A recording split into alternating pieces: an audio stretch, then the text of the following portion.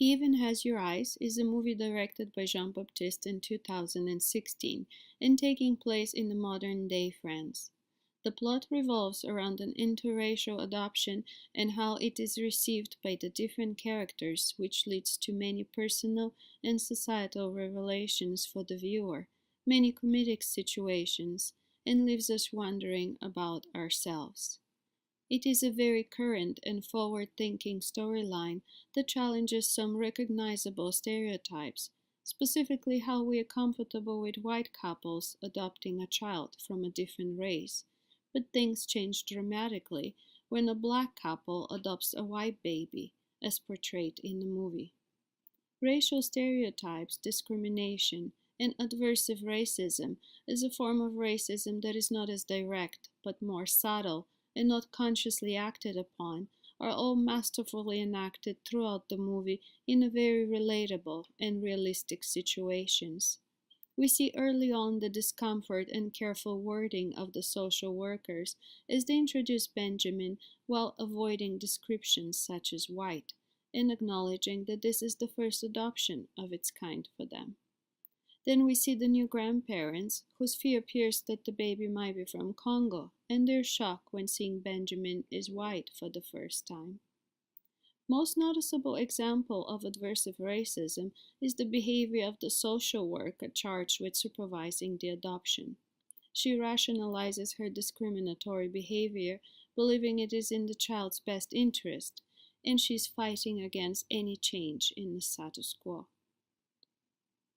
The most dramatic moment in the movie comes when Benjamin is taken away from the grandmother's friend while she is looking after him and authorities single her out to ask her for her papers. Discriminatory behaviors, as portrayed in the Evolution of Oppression step tool adapted by Anne Curry Stevens, escalate when they become institutional and systemic, such as in this case in the family mistreatment by authorities, police, hospital, and social workers. Another powerful moment in the movie is how the happy ending feels unrealistic and almost fairy tale-like when the black family is suddenly understood and the adoption accepted as being in the best interest of the baby, even though parents kidnapped him from the hospital and barricaded themselves in one of the hospital rooms in order to feed him, as he would not accept food from anybody else.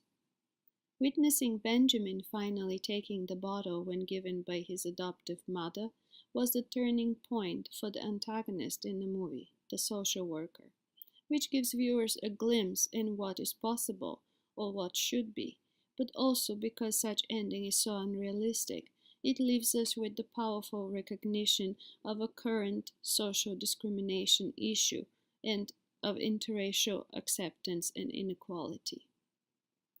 The movie He Even Has Your Eyes is a beautifully executed artistic attempt in not only portraying controversial and current racial stereotypes and embedded into our social and administrative system discriminatory behaviors towards minorities and Black people in particular. It explores the effects of race and ethnicity on the modern-day families and takes us on a journey of experiencing how one family's love for their new baby, regardless of culture, race, and ethnicity, is stronger than the accepted societal norms.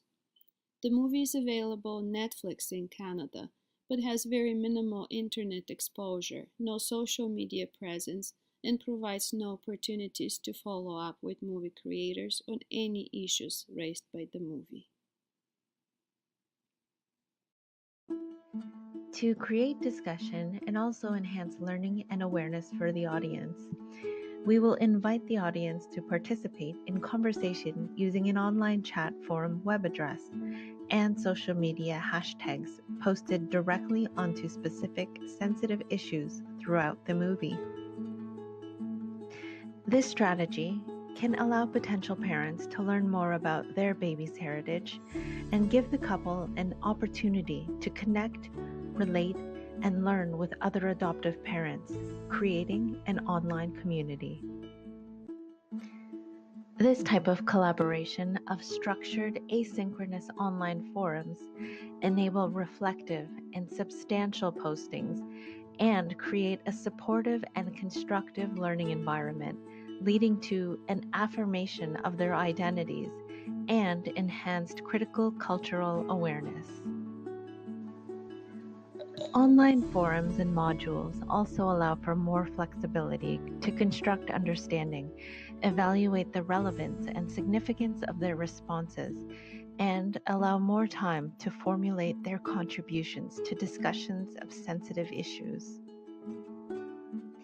Through learner-to-learner discussion, online forums engage students in active learning and promote growth of collaborative learning communities.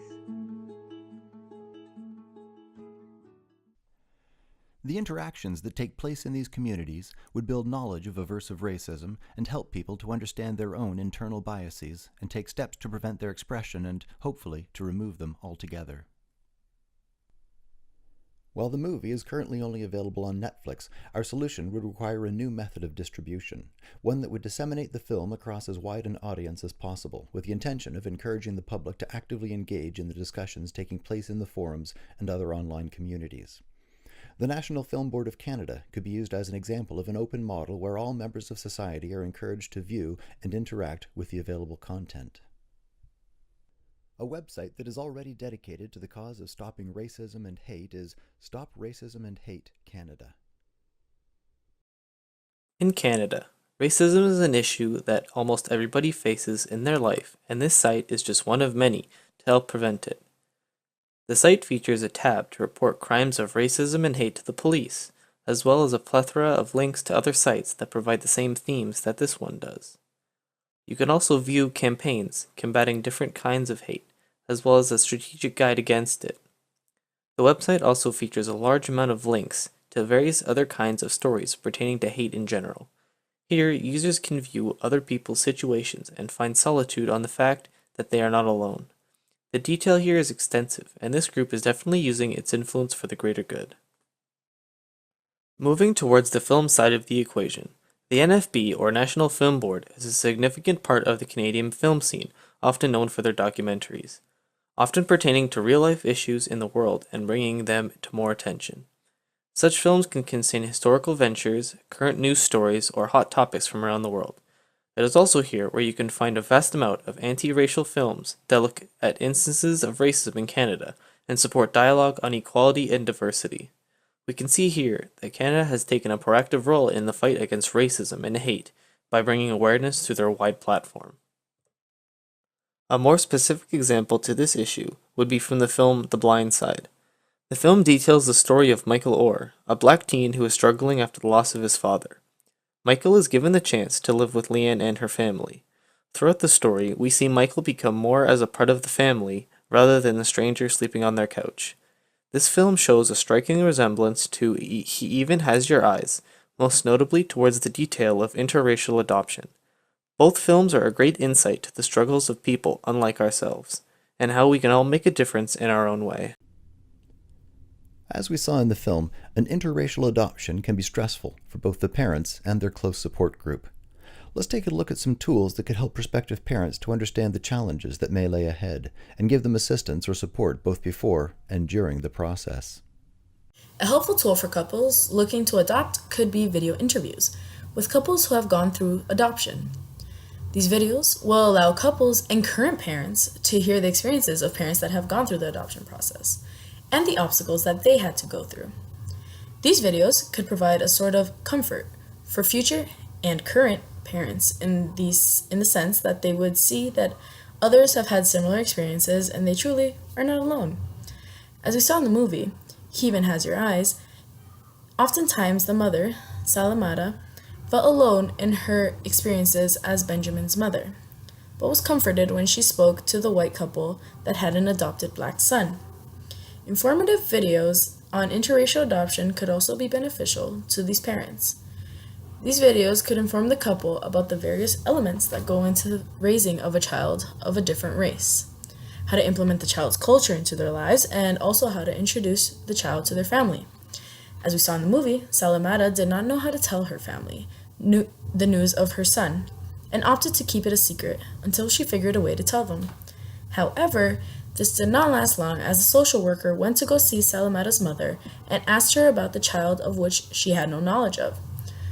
This whole ordeal caused great stress for the couple, and introduction of the child really could have been handled better if more information was given to the couple on how to help adapt their family to this change and how to deal with biases that may be present within their families and within themselves.